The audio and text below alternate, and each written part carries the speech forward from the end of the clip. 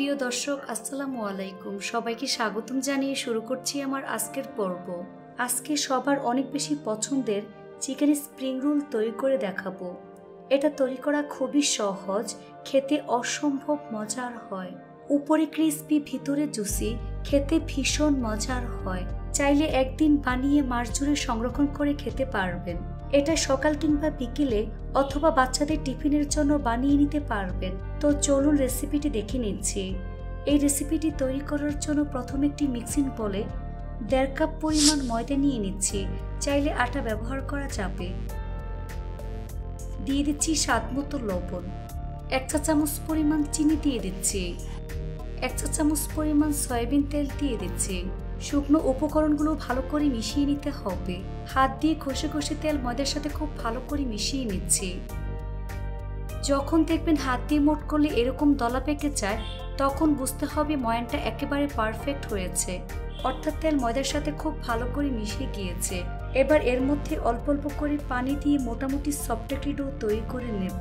পানিটা কিন্তু একবারে দেওয়া যাবে না, অল্প অল্প করে দিয়ে মিশিয়ে ডোটা তৈরি করে নেবেন। ডোটা মাখানো হয়ে গিয়েছে। এই ডোটাকে আরো কিছুক্ষণ সময় নিয়ে মথে নিতে হবে। কিচেন টাওয়াল দিয়ে ঢেকে দিচ্ছি। তারপর ঢাকনা দিয়ে ঢেকে রেখে দেব প্রায় 20 মিনিটের মতো। এই ফাঁকে চুলায় একটি ফ্রাই প্যান বসিয়ে এর মধ্যে 2 টেবিল চামচ পরিমাণ সয়াবিন তেল দিয়ে দিচ্ছি।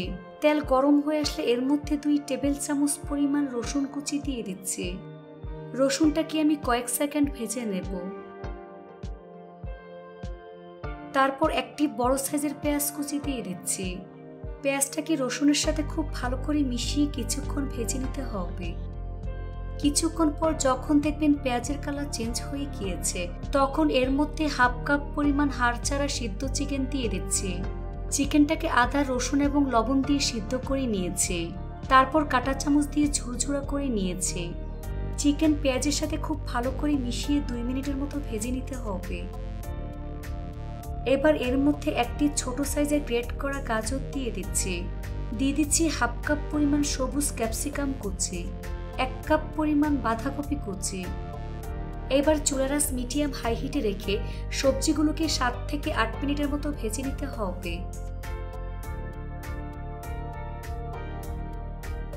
তারপর একে একে গুঁড়া মশলাগুলো দিয়ে দিচ্ছি।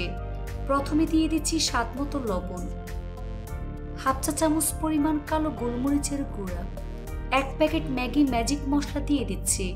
ম্যাজিক মশলা ব্যবহার করলে অন্য কোনো মশলার প্রয়োজন হবে না। গুঁড়া মশলা সবজির সাথে খুব ভালো করে মিশিয়ে নিতে হবে। এভাবে 5 থেকে 6 মিনিটের মতো আমি ভেজে নেব। তো আমি সবজিগুলোকে 5 মিনিটের মতো ভেজে নিয়েছি। এবার সবজিগুলোকে এক সাইডে নিয়ে নিচ্ছি। তারপর 2 টেবিল চামচ পরিমাণ ময়দা দিয়ে দিচ্ছি।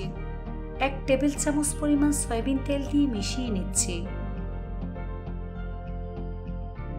এভাবে 2 থেকে 3 মিনিটের মতো ময়দা ভেজে নিতে হবে।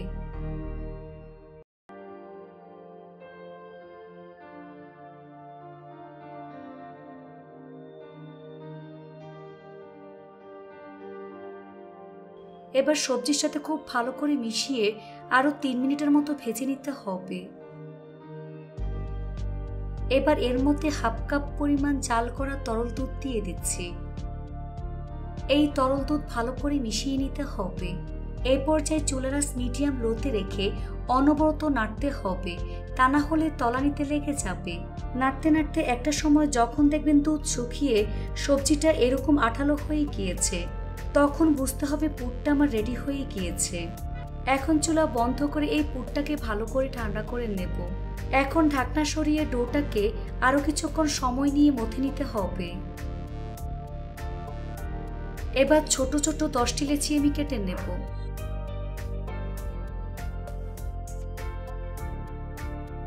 এখান থেকে একটি লেচি নিয়ে ঠিক এভাবে গোল বলের মতো আমি তৈরি করে নেব।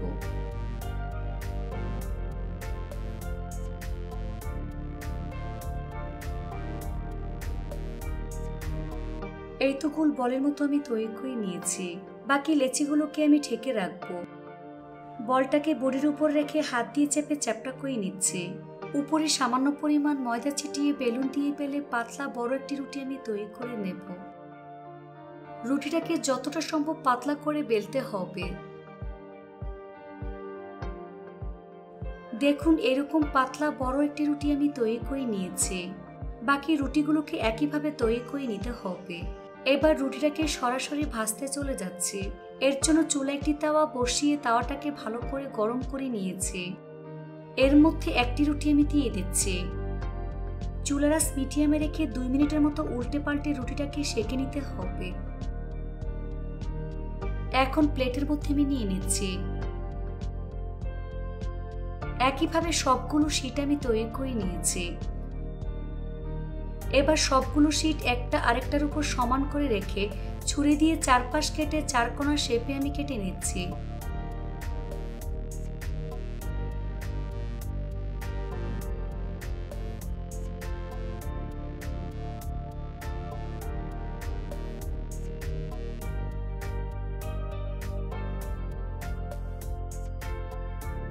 এই তো শীটগুলো চারকোনা শেপ দিয়ে কেটে নিয়েছি।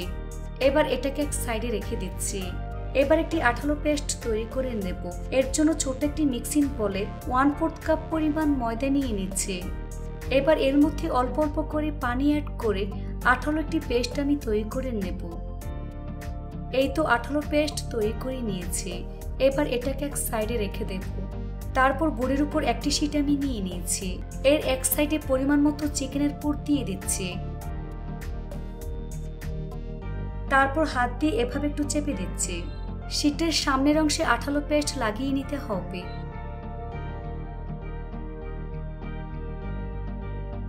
তারপর এক সাইড থেকে ঠিক এভাবে ফোল্ড করে নিচ্ছি।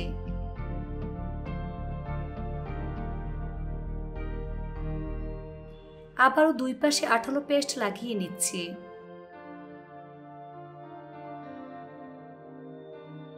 দুই পাশ থেকে ঠিক এভাবে আমি ফোল্ড করে নেব।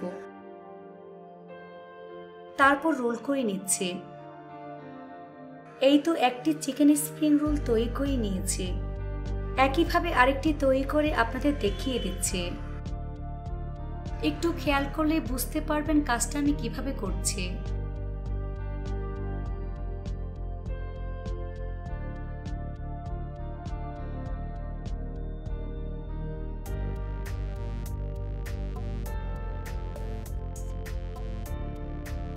এই তো আরো একটি স্প্রিং রোল আমি তৈরি করে নিয়েছি। যারা ফ্রোজেন করতে চান তারা ঠিক এভাবে প্লেটের মধ্যে ধরে ডিপ ফ্রিজে রেখে দিবেন 1 ঘন্টার জন্য। 1 ঘন্টা পর ফ্রিজ থেকে বের করে কোনো এক এয়ারটাইট বক্স কিংবা জিপলক ব্যাগে ভরে এটাকে আবারও ডিপ ফ্রিজে সংরক্ষণ করতে পারবেন 1 মাসের মতো। তো আমি এগুলোকে সংরক্ষণ করব না, সরাসরি ভাজতে চলে যাচ্ছি। এর জন্য চুলে একটি ফ্রাই প্যান বসিয়ে পরিমাণ মতো সয়াবিন তেল দিয়ে তেলটাকে মিডিয়াম আঁচে গরম করে নিয়েছি। এই গরম তেলে একে একে রোলগুলো আমি দিয়ে দিচ্ছি। চুলার আঁচ মিডিয়ামে রেখে এই রোলগুলোকে সময় নিয়ে ভাজতে হবে। বেশি আঁচে রোলগুলোকে ভাজা যাবে না, তাহলে মুচমুচে হবে না। নিচের পাশ হালকা ভাজা হয়ে আসলে উল্টে দিচ্ছি। এভাবে কিছুক্ষণ পরপর উল্টে পাল্টে গোল্ডেন ব্রাউন কালার এবং ক্রিস্পি করে ভেজে নিতে হবে।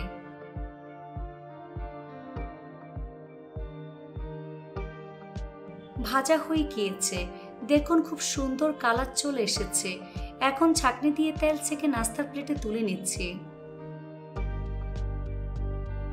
তেল ভালো করে ঝরিয়ে নিতে হবে।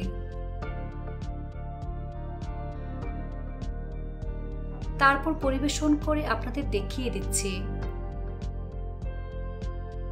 দেখুন আমার চিকেন স্প্রিং রোল দেখতে মাশাআল্লাহ কতটা সুন্দর এবং কতটা লোভনীয় হয়েছে। খেতে কিন্তু অনেক বেশি মজার হয়েছে। এভাবে একবার হলেও বাসায় তৈরি করে দেখবেন আর আমাকে কমেন্টস করে জানাবেন রেসিপিটি কেমন লেগেছে। এই স্প্রিং রোল বাচ্চাদের টিফিনে অথবা সকালে নাস্তার জন্য তৈরি করে নিতে পারবেন। বাচ্চারা ভীষণ পছন্দ করবে। এটা তৈরি করে খেলেই বুঝতে পারবেন ঠিক কতটা মজার। রেসিপিটি ভালো লাগলে অবশ্যই একটি লাইক দিয়ে দিবেন। ফ্রেন্ডস অ্যান্ড ফ্যামিলির সাথে বেশি করে শেয়ার করবেন। সবাই অনেক বেশি ভালো থাকবেন। আল্লাহ হাফেজ।